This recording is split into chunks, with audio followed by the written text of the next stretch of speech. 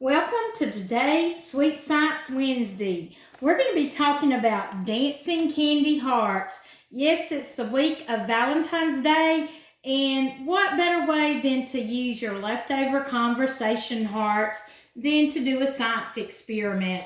All you need are the conversation hearts here, vinegar, baking soda, and water, and of course a clear jar. That way you can see. You know, earlier this past year and everything, we did dancing craisins for Thanksgiving. We've even done dancing corn for Thanksgiving too. So, you know, why not keep the tradition alive and continue with the dancing, whatever. Today is the candy for Valentine's Day. You'll take a measuring cup and measure out 2 cups of water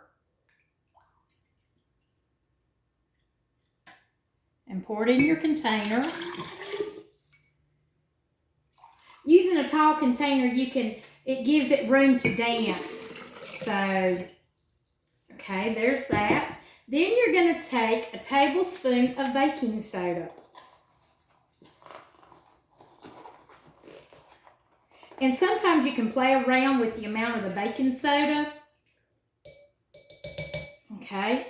And then we're going to kind of stir it around, shake it up, get that going. We're going to drop a couple of pieces of candy in and see what happens. Okay, right now they're laying on the bottom. Let's see if we can stir up that baking soda a little bit and get things going. Of course, they're going to be moving, the candy hearts are, while the baking soda is going. But they are still at the bottom. So now we're going to take vinegar, and we're going to take a half a cup of vinegar. And you can kind of play around with this, with the vinegar and the baking soda. Okay, we're going to gradually pour it in.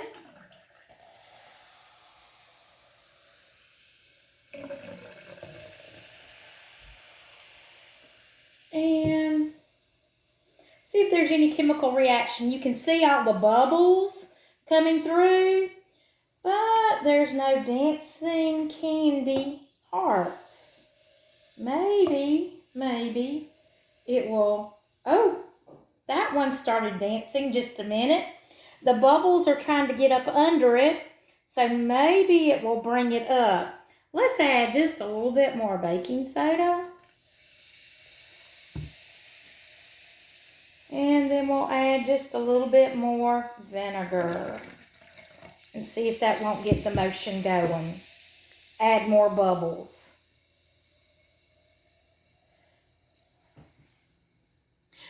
I see one moving gradually.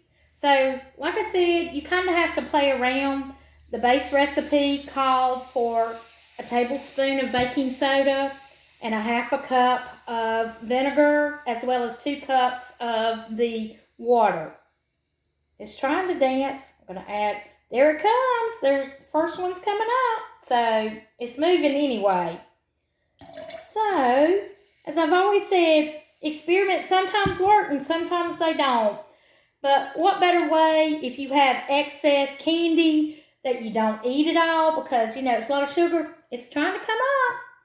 But while the others aren't, who knows? There it comes. It's floating on up to the top.